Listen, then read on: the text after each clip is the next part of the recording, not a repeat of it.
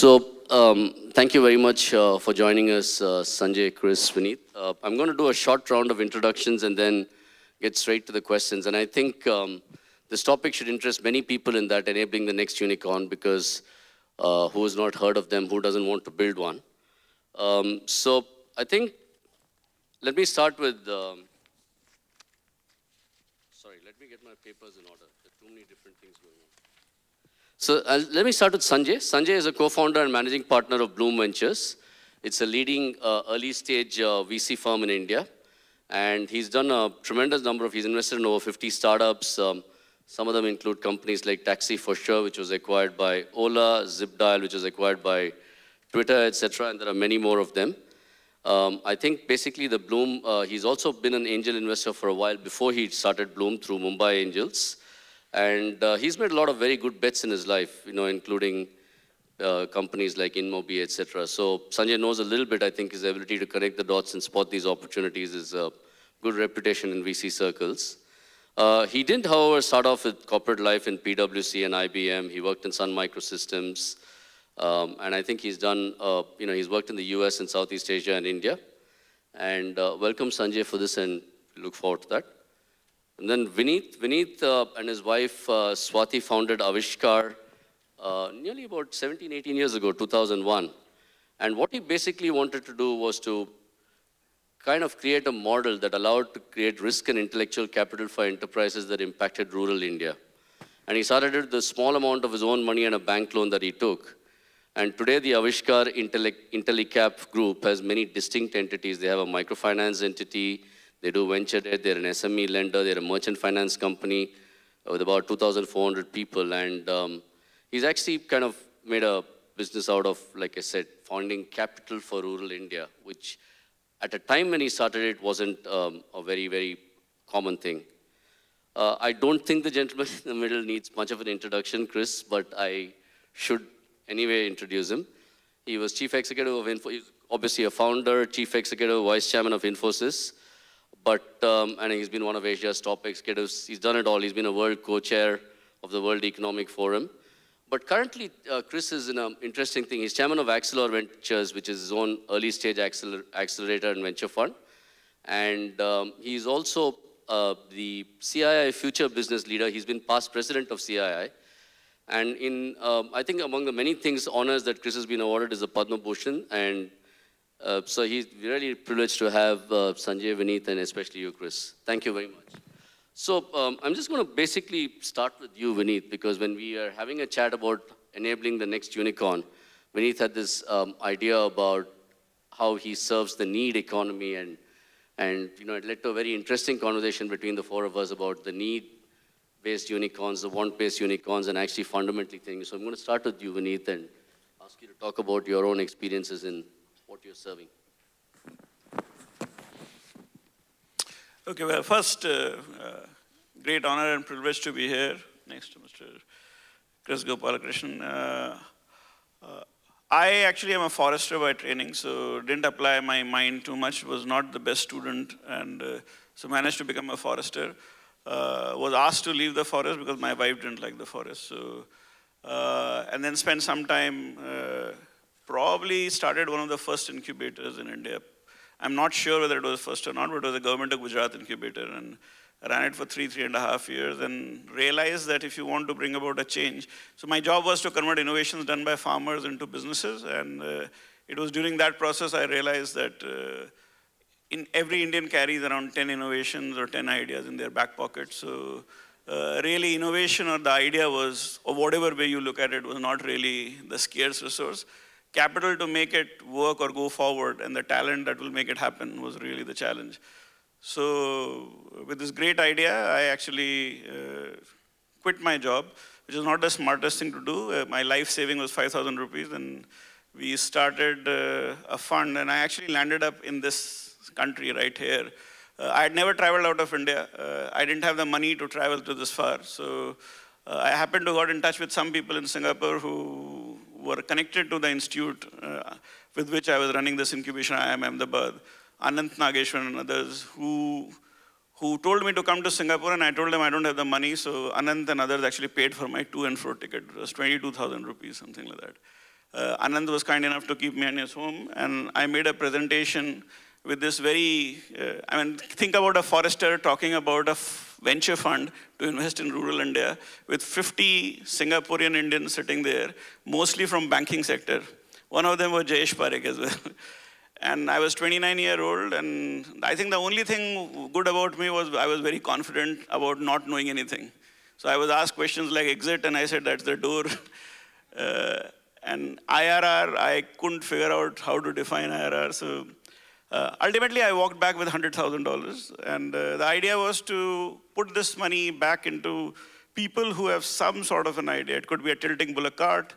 It could be a four-geared or three-wheel tractor, or it could be anything else. And between 2001 and 2005, I tried to invest in such kind of ideas.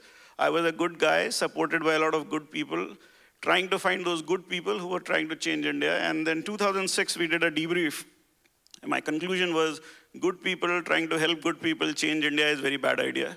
So that was my first learning, 2006. So I rewrote a new PPM, went about trying to raise money, managed to jump from $1 million, which I had reached from 2001 to 2005, to around $25 million in next 2 years. So the second thing I learned is that if you are able to very succinctly tell that good people don't do good, a lot of people are willing to give you money. That was the second part of it. I tried to invest in entrepreneurs at that point of time. My definition of entrepreneur was quite blurred, but anyway, I tried to support those people.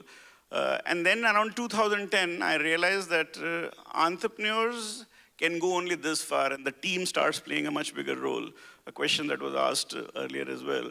And so post-2011, we have been looking at people who are trying to solve a very large social problem, trying to give them as much capital, and not small amount of capital. That's the other thing I learned. If you put in $100,000 and try to change waste issue in India, nothing is going to happen. You need to put in $5, $10, $20 million. So I started raising larger amount of money, but I kept the risk spectrum very, very high. So we still go in as a thesis investor. We pick up an area. So we picked up waste in 2012. We put in $10 million behind two guys who had never done anything. And we have been able to build scale over a period of time, and we keep putting money. Sometimes it looks ridiculous to explain to our LPs why we are doing it, and we do it. So to me, impact investing, bringing about social change, is less about actually having the right idea, more about having the capital that is willing to take extreme risks. Because the ecosystem doesn't exist, the problems are known, solutions are not known, and you need to give the entrepreneur the runway to actually figure it out, and of course, the entrepreneur and the management team becomes crucial. So that's essentially what I'm trying to do. Of course, I also realize you need to build an entire ecosystem to make that happen. Thanks, Vineet, and we'll come back to this idea of some of the need unicorns that you did. But Sanjay, you had some interesting thoughts about how you are actually working across multiple parts of the spectrum on, so perhaps you could share your views on investing in India and what you've been doing. Hello, everyone. I just wanted to begin off on a lighter note. Vineet, you're lucky that your spouse wanted you out of the forest. Most actually would want us into the forest. I also just wanted to give a shout out to the panel before. I've been lucky that Jayesh Parekh has been a support of us from day one. I've been fortunate to be a small part of InMobi, so I've tracked Atul for a long time.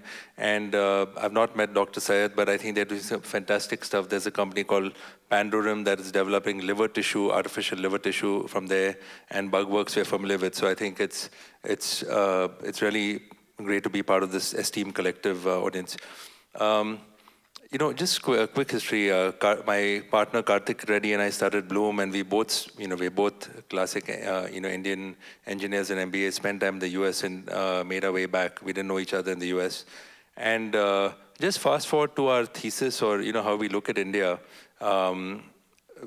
We sort of see India, and there are two parts of India. One is really what we call the China model, which is really domestic consumption, right? Everything around it. I mean, it's interesting. You call it the consumer opportunity or consumption or B2C in the tech world. And that is interesting. I think there was a statistic that said about 80% of the internet dollars that went into India and the tech side were, on the top 5 or 6 companies, Flipkart, then Snapdeal, Ola, Paytm. And largely I think the investor community also was responsible because those were the easily replicable ideas. I won't call it Me Too, but many sort of Flipkart was the Amazon of India, Snapdeal then started as a Groupon of India. And the corollary to that is we saw some very interesting deep tech innovation which was not necessarily getting funded. And people would always ask that question that is true product innovation happening in India, on the tech side, whether it's robotics and AI. So while consumption is interesting, we're also seeing the other side, which is really deep tech. So just for example, we call this, for lack of a better word, the Israel model, which is really built in India for global markets. So I think Dr. Syed was talking about Bugworks, which is really a global problem. Of course, we should solve it for India first because we've got 1 billion people, but then export it here to Southeast Asia and the world. Just a couple of examples, we'll talk about it later in the panel, but we have a company called Grey Orange Robotics, which is making robots to automate warehouses and just to improve efficiency. That is, that's again a global problem. We've got another interesting company between Bangalore and Singapore called Tricog, which is a set-top box that sits atop an ECG machine, and it has a predictive algorithm that can predict if you're going to have a heart attack, and that shortened it to 5 minutes, in that critical golden hour after somebody is going to get a heart attack. So I think today what we're seeing is we're seeing entrepreneurs actually trying to solve very different problems. We weren't seeing this 3-4 years ago. Every second entrepreneur wanted to create the next Flipkart or the next Snapdeal. And today, I think, earlier panel also talked about, Vineet talked about it, and I'm sure Mr. Chris will also talk about it, that they're actually thinking very carefully about what problem to solve, what impact it will have. And I think the social impact and tech, I think, are becoming much closer than they were, earlier. So where I'll leave this point is I think today some of the best entrepreneurs are coming and thinking very carefully about what problem to solve versus earlier it was, what scales up the fastest. So we were seeing a new breed of Indian entrepreneur today. And Chris, in your response, by the way, I must share this with you. Normally when you're that senior, you just come for this, you don't respond. Chris sent a very, very detailed, almost literally like a thesis on what he wants to cover today. And thank you very much, because I learned a lot from just reading that. But you have a view that there's an opportunity in India, and you have a privileged view because you're also in CII, you're also been an entrepreneur yourself, and you're an accelerator. You have a view that there's opportunity in every sector, literally, and a chance to remake the model. So perhaps you could share your thoughts on that. Yeah, I firmly believe that it's not lack of opportunity that's the challenge. I think there's an opportunity in everything that you can think of, and there's an opportunity to reinvent the models that we are used to. See, I believe that the consumption-led model for development, economic development of the 20th century has left us with too many problems now. Inequality, pollution, garbage, waste, anything you can think of actually, is a problem of the model, I believe, of the 20th century. India is yet to develop. Per capita income is of $2,000 per person per year, and over the next 30 years, India will probably quadruple in terms of the GDP, size of the GDP. Huge opportunity. So from $2,000 to $10,000, that is a massive transformation. Huge amount of wealth will be made, and that's why I believe there's opportunity in everything in India.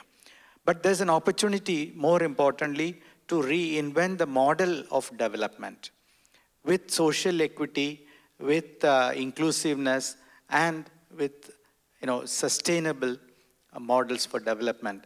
That's what excites me, and that's what I think is the opportunity. Now, how do we do this? We do this by reimagining the solution in a sustainable way. Even asking this question, what is a startup? I believe most people believe that startups are here to get funded and is a vehicle for people to become the next Mark Zuckerbergs.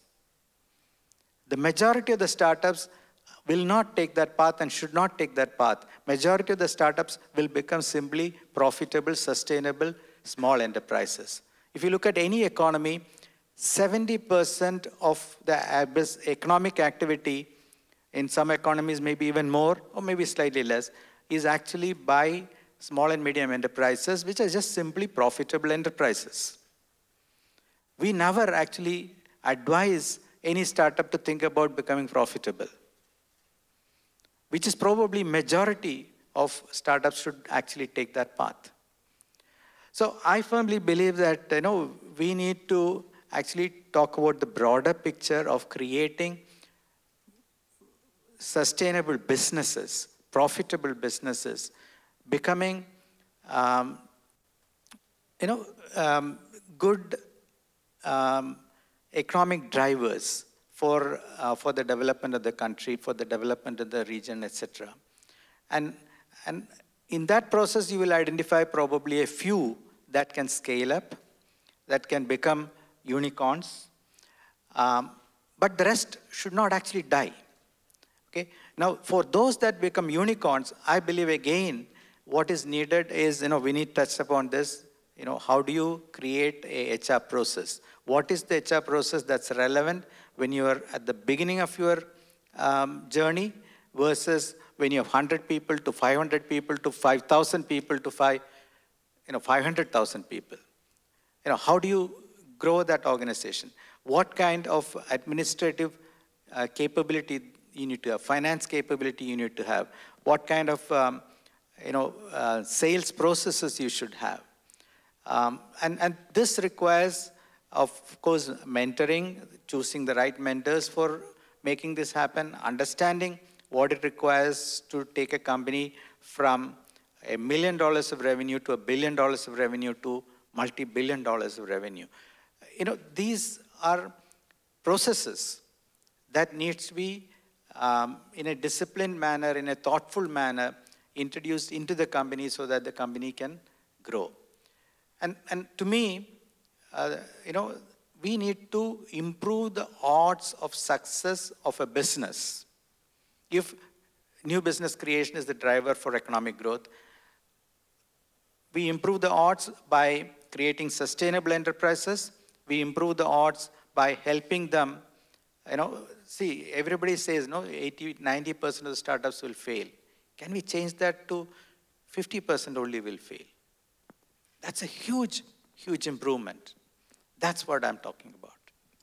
That's very interesting, Chris. And so I'm going to ask Sanjay, when you meet your startup, to Chris's point, he says not everybody needs to be a unicorn, right? Do you actively encourage people to say, listen, take more capital, go on? It seems to be the model is throw capital at everything and keep burning it to get there. I mean, how do you approach this thing? Or is it the venture capitalist who's leading that charge? Is it the entrepreneur who wants to be, like you're saying, the next Zuckerberg or Flipkart and saying, I need more and more to burn? What do you actually see when you meet entrepreneurs? I mean, are more and more people energized by this, I want to burn a lot of money and get there faster? I think that's a great question. I wanted to go back to, I think Chris really hit on the core of it, which is, you're not going to reduce the probability down to 50% just by giving more capital. That doesn't really change it, right? They'll just take longer to fail in one sense. I think if you just go back and look at the definition of a unicorn, right? It's basically a privately held company that's worth $1 billion. And that is really a means to an end, right? I was talking to a banker recently. India has about 20 unicorns today.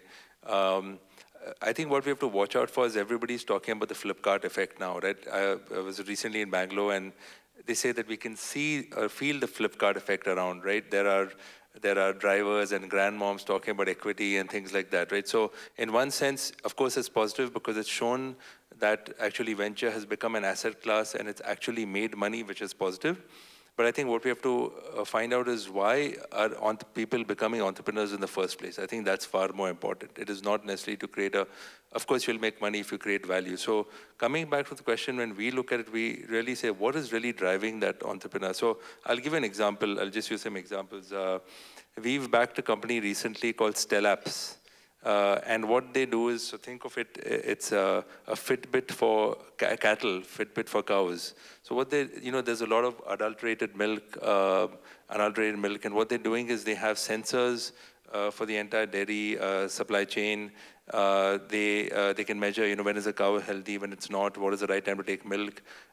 Middlemen were sort of pricing out the farmers, and they're a seasoned team of Wipro executives who have started this. Now, of course, to Vineet's point earlier, we are in the business, obviously, we have to make money, but you make it for the right reasons. So when we talk to answer your question, when we look at a startup team, we're really trying to find out what are they trying to solve, right? What is that pain point? And of course, will the customer pay for it? Will they value it?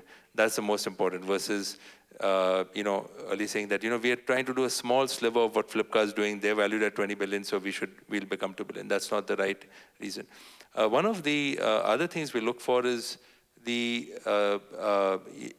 passion, in the sense that are you able to, we don't back single founders per se, because one of the biggest drivers is, are you able to build a team and convince others to leave their job and believe in your vision? Because it's not just about being a visionary, but taking others with you to carry that. And it's a very long slog, right? So that's one. And I think the other point is also, what are the metrics of become a unicorn? Are you able to build a leadership team under you? I think one of the things we find is either it's founder ego or other reasons, but typically very often you see a gap between the founders at the top and then just a bunch of really smart engineers. I think InMobi did that well. Say A players, hire A players. Are you able to build that leadership team under you? And create an organization that's sustainable, because that will give rise to sustainable performance. So we're thinking actually very deeply. We're taking our time to invest. I think our time to invest has gone from about 2 months to 4 months. We're not rushing in. And I think generally across the VC community, it's a good thing. Everybody's become a little more cautious, still backing entrepreneurs, but we're really thinking, what is the core mission and passion driving those entrepreneurs? And I guess in your field, Vineet, because you work in rural India, everyone's actually trying to solve a real problem. It's not so much the, or do you see people saying, hey, listen, there's a pure economic opportunity and I want to do it?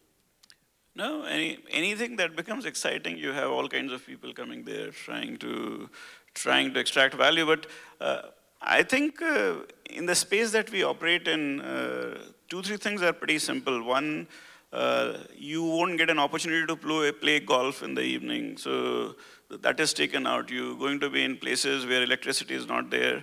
The ecosystem doesn't exist. So the first thing that we have to evaluate is, would the person survive the grime? Because it's going to be very dirty, it's going to be long, and it's going to be very painful. So I think somewhere Shardul is sitting in the audience from AgroStar for 3.5, 4 years, yeah, right there at the end. 4 years, 5 years, 4.5 years back when I first met him, he has just come back from US, his brother was from a consulting.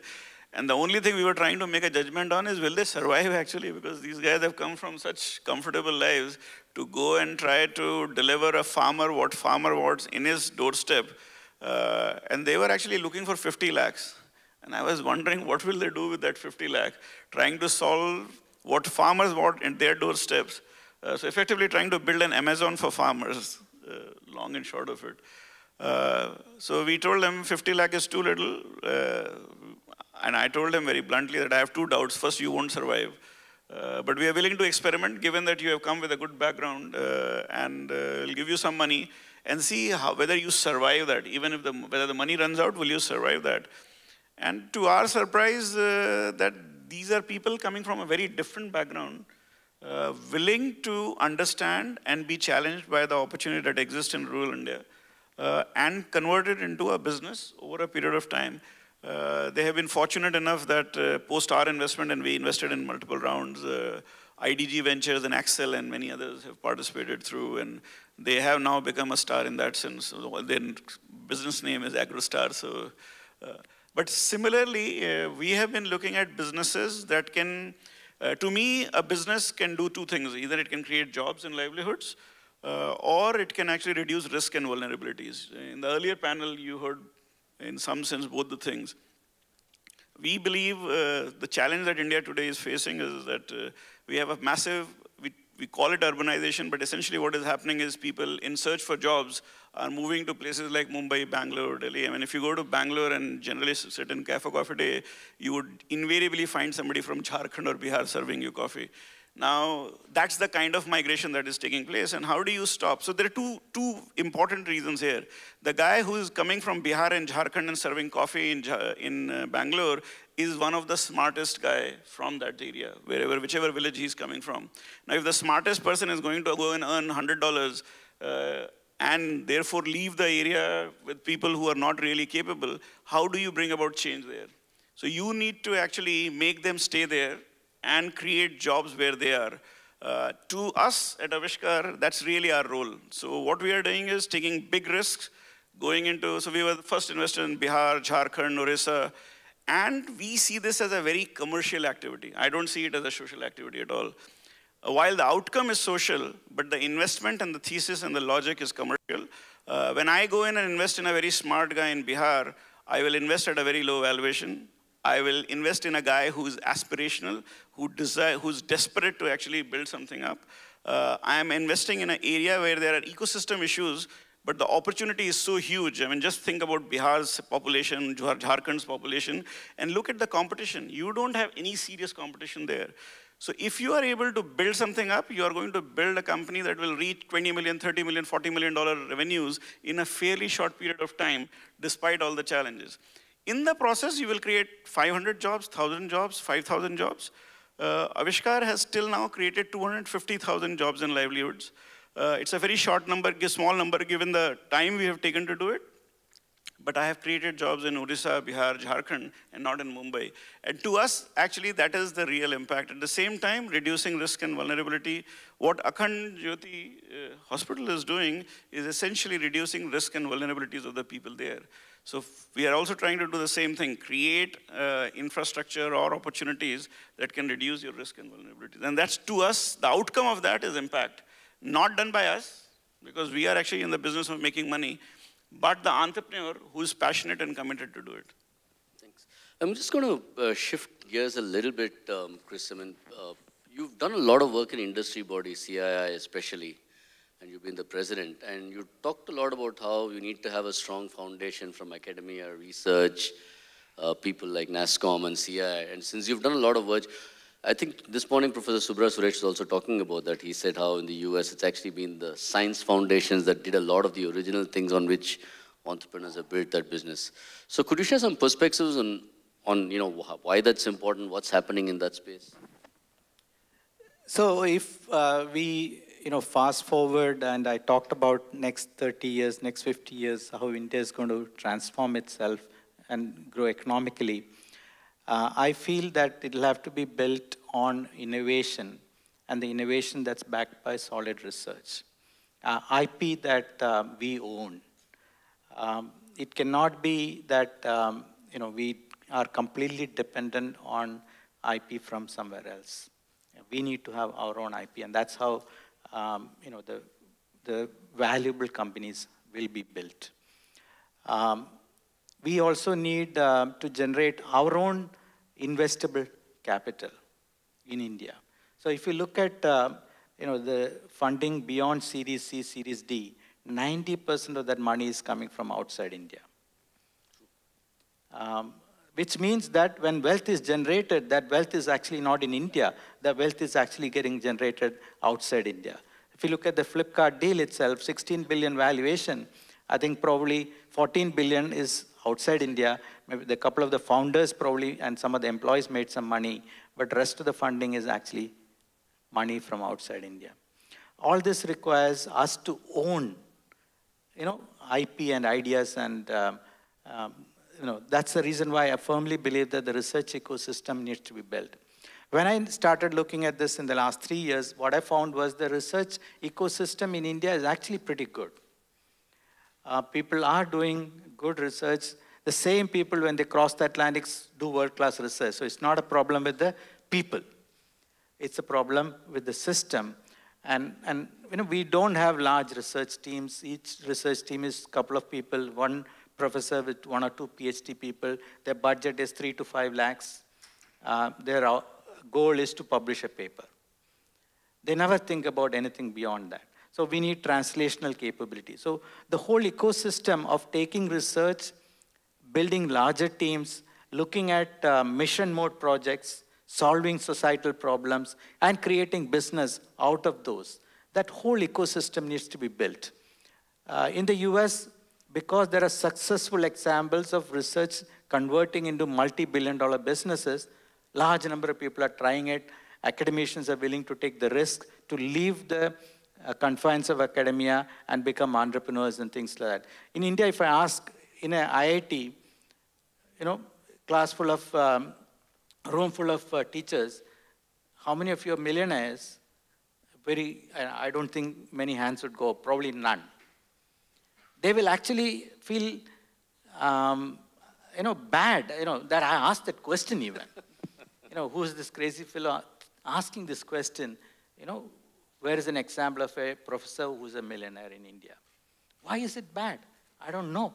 But if in the US, you will find actually many examples of companies that have been created by professors. Cisco is an example. Google, Facebook, all came out of academic work actually. In India, we can't talk about many examples of such companies and things like that. So that's the reason why I believe we need to do that, which needs us to invest in the research ecosystem to create larger, goal-oriented programs. We need to create the translational capability, which will convert, because the professor is probably not the right person to create the business. Maybe his student is the right person. Or maybe we need to bring in somebody from outside, make him or her the CEO, and create a business around it. So such experiments are being tried out. I personally am working with Desh Deshpande, who has created a successful program at MIT. The Deshpande Foundation has created a successful entrepreneurship program at MIT that is now being replicated in India in IIT Madras.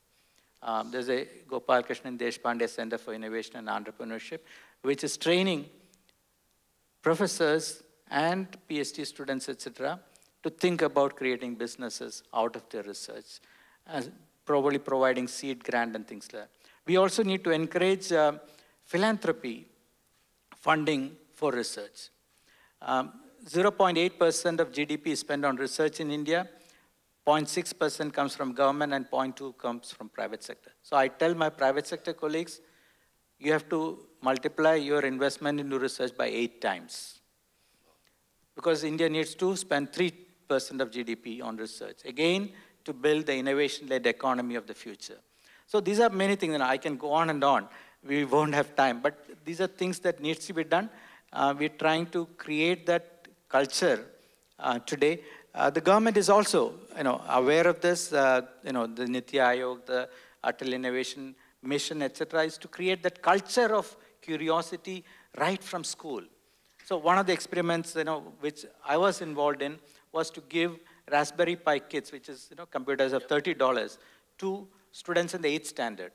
We gave 10,000 kits free to these students. We asked them to go home and do a project with that, come back and present it. Now, those kids are going to be completely different when they come out of the school or come out of the college, because they, at the very young age of 12 years, 13 years, they have thought about actually creating something with their hands, right? And solve a societal problem. So these are the things that we need to actually work on to radically change how the economy is going to be built for the future. Okay, I'm going to take some questions from the audience, and can I have someone get the mics around? There's a gentleman here. Sanjay wanted to hear. I just, while you just look for that first question, I wanted to just add to that, I think the ecosystem has gone through a sea change. It's been now, we are on our 6th or 7th year of starting Bloom. And I think like Mr. Gopalakrishnan said, foreigners for longest time have had more confidence in India in terms of investment than we have, right? So for example, I don't know if the audience knows, but most VCs would actually never raise capital from India. They would go to New York, London, Singapore, and Hong Kong. And now, after the longest time, there's a lot of domestic capital, which is very positive. At Stanford or MIT, you might have a professor who, you will have a professor who has a couple of startup companies under his belt and might have exits even before the VC exits, right? So it's considered a good thing, and it's symbiotic. The Japanese, for example, a lot of Japanese corporates are coming to India. They're tying up with Indian universities. There is a huge bump up for deep tech on the Japanese stock markets, and it's all very positive. It's all a cycle. One of the first questions they ask us is that, are you tying up with universities? Where are you getting your pipeline from? Gray Orange, I was just lucky I was in the screening committee. It happened ad hoc. It wasn't a process. We need a process. And so it's going through a lot of sea change.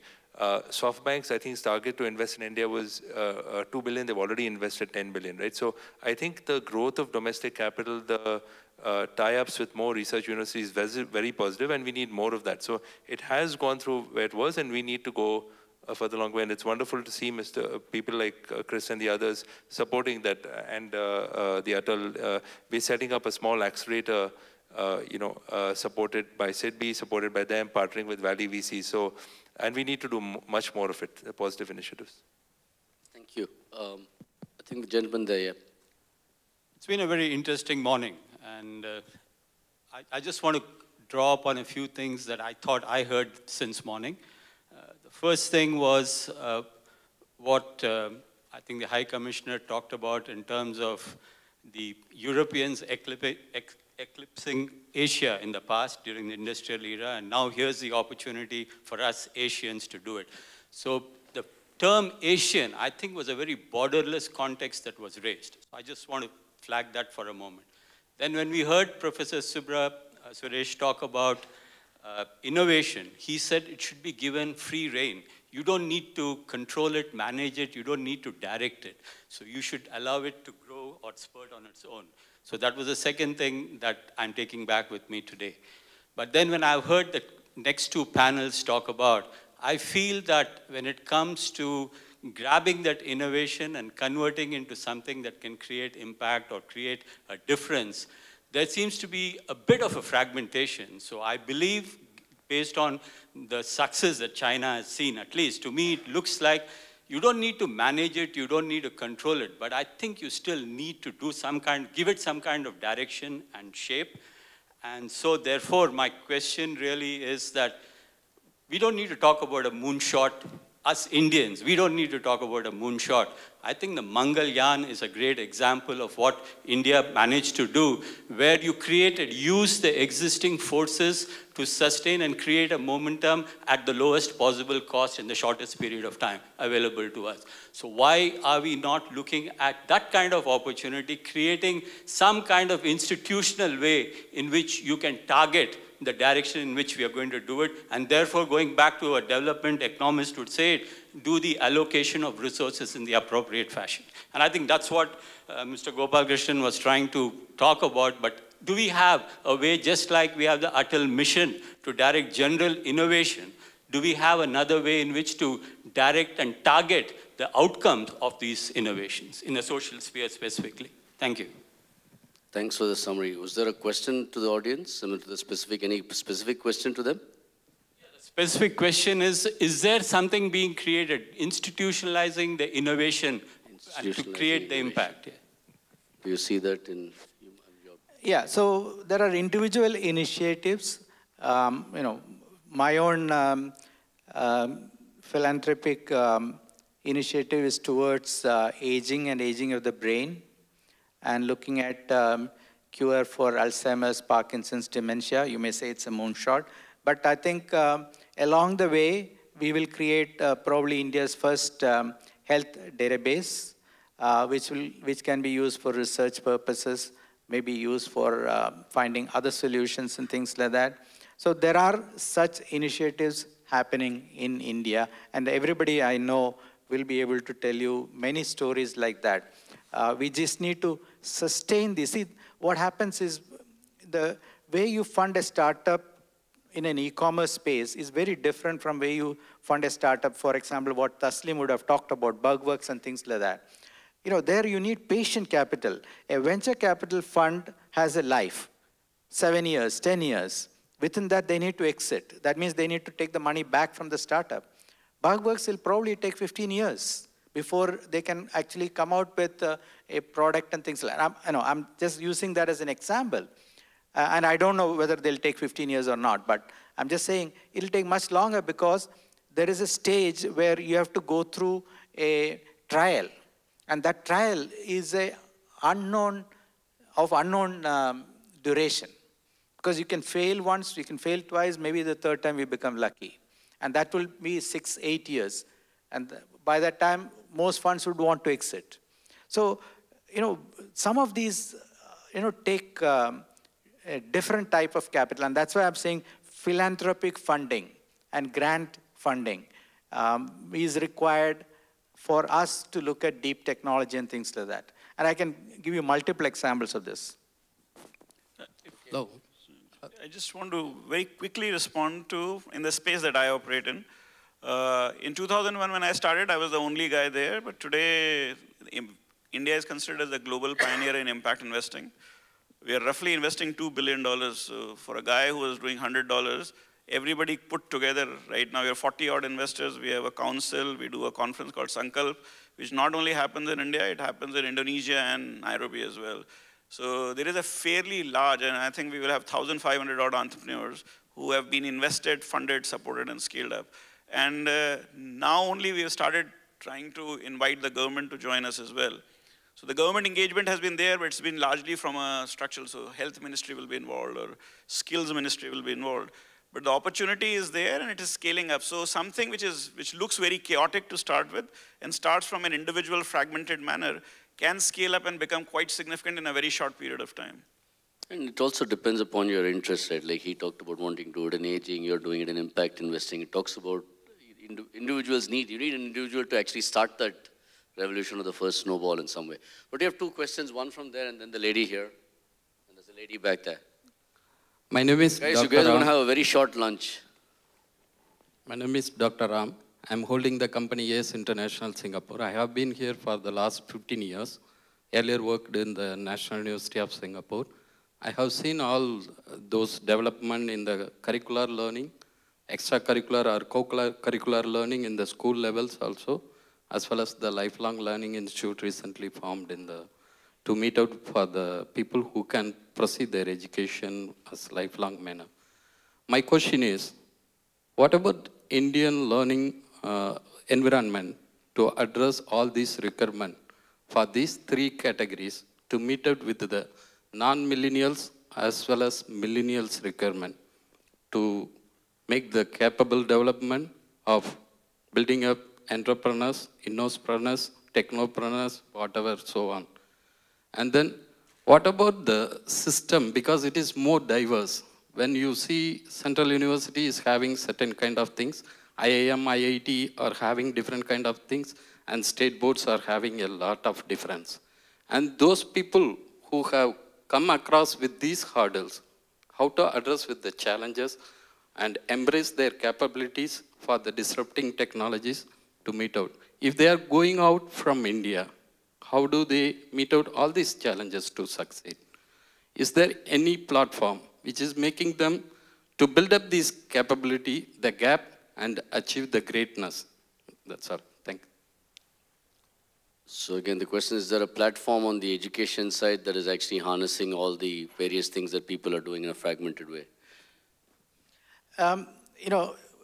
Two answers I will give you. One, yes, there are initiatives, and I talked about, the Atal Innovation Mission has got maker labs and, all that stuff. And there are private initiatives also to, create that culture of curiosity, culture of making things, etc. That's on the one side. And that's happening. There is slow change happening in the curriculum. Entrepreneurship is being introduced in the college curriculum, things like that. There are even attempts to allow students to start a business while studying. In the second year of engineering, they can actually start a business and get credit for running that business, which goes towards their final academic this thing, etc. So that's the first answer which I will say. The second answer, to me, an entrepreneur is a person who actually does not look at obstacles. He is or she is the person who surmounts obstacles. People have creativity in their genes, and many people will actually apply that because they're passionate about something, passionate about a problem, and they want to solve that problem. And those are the people who become entrepreneurs. Some of them are the people who become entrepreneurs. So, my own example, the first wave of entrepreneurship in India is the IT services industries, which started in the late 70s and 80s. We are the product of the same culture, same environment. If you look at the impact of IITs across the world, no other university system has had the same impact as IIT across the world. Same system. Suresh, can I just Suresh? Yeah, sorry. Just very quickly, if I can just add to that.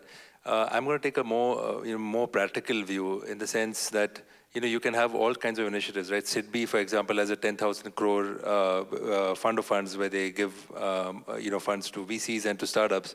But I think if you look at the definition of entrepreneur, there was a US visitor visiting and he said, an entrepreneur is somebody who believes in something that nobody else believes in, and then can carry others to make it happen. So I think the entrepreneurs are not waiting for initiatives, right? The initiatives can only push you. It's not like, oh, this initiative has been announced and now I'll start a company. That's one.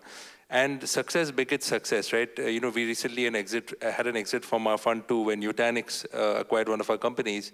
And you need role models, right? Now the Bangalore entrepreneurs become a role model. The acquirer from the US says, okay, now which other companies can I look at? So you need a cycle. And I think initiatives are great, but what you really want is we need more role models, we need more examples, and that's the sense of entrepreneurship, right? It's a mix of, obviously, of the social side and creating value. Okay, we have two more questions from two ladies. The first, yeah, maybe you can get both the questions and then we can. I'm Supriya Sen. I work with McKinsey in infrastructure, but I'm also very interested in the venture philanthropy network. And you mentioned about the emergence of solutions to solve global problems, which also need philanthropic investments. So we have here a network called the AVPN, the Asian Venture Philanthropy Network, and others like that, which enable nourishment of ideas where NGOs combine with social entrepreneurs and attack problems much faster. Is there something like that in India, or is that something just that I don't know about? Thank you. Let's get the other last question as well, and then we'll get the panel to answer. Hi, I'm Komal Sahu. I'm an angel investor and a mentor to startups. Again, my question again is on the philanthropy side. India, I understand, has mandated 2% of the profits of corporates needs to go towards corporate social responsibility. Is any of that money being targeted towards entrepreneurs that are addressing social issues? The Indian Philanthropy Initiative, which is spearheaded by Asim Premji, the Piramils, Kiran Masunda Shah, Rohini Nilekani, they have actually now created a platform for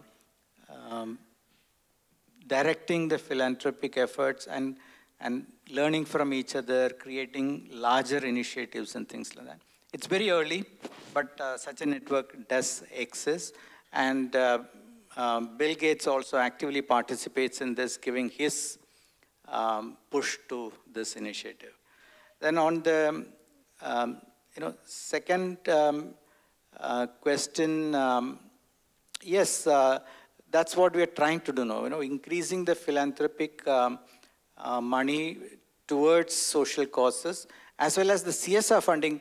So CSR funding primarily is going towards the poorer sections of society and solving today's problem. Now, I've been advocating in social platforms and industry platforms saying that out of the 2%, 1% should go, or maybe 1.5% should go to addressing the social issues of today. But 0.5 to 1% should go to address the issues of the future, which is spend it on research. Right? And that automatically will increase the research funding from this 0.8% now to maybe 1.5% or 2% from the private sector. So these are things which we are trying to push, but these things will happen over time. So I think AVPN is actually, if I'm not wrong, the CEO and the chairman is actually based out of India. And the whole idea of AVPN came out of EVPN, which is the European Venture Philanthropy Network. And India is the core of AVPN's entire this thing. While there's a significant presence in Singapore as well. But a large amount of work was initially done in India before it was set up. So I'm going to thank the panel, but before that, I'm just going to, Chris talked a lot about research, but there's one little project that he's worked on that I've seen that many of you would not be aware of, which is called Itihas. It's an app that you can download, and Chris actually spent a lot of his time actually mapping the growth of the entire Indian, I would say technology industry, not just software, right? So it's about 50 years of all the people who have contributed to India, the technology in India, all the science and all that stuff that's happened in the research. So you can all go and look at that thing. It's called Itihas. It's a personal project of his. And I think that goes back to, I think whether it is what you were talking about, need, or what he's talking about in Alzheimer's, or what Sanjay is talking about, that I think there has to be some personal involvement in it, and you can't always say the system has to be set up first, right? It's always going to start from some individual. At least that's what I took away from this. Thank you very much for the time and sharing your thoughts with us. And it's 1:15. I think it's supposed to come back at 1:40. 25 minutes should be great for lunch. Please try and network and come back by 1:40. In the afternoon, Vinika Rai, my other friend, will be moderating the session. Thank you very much. Suresh, I wanted to just give you some credit. We were supposed to have Anjali on, she couldn't, but you had planned for diversity on the board, so.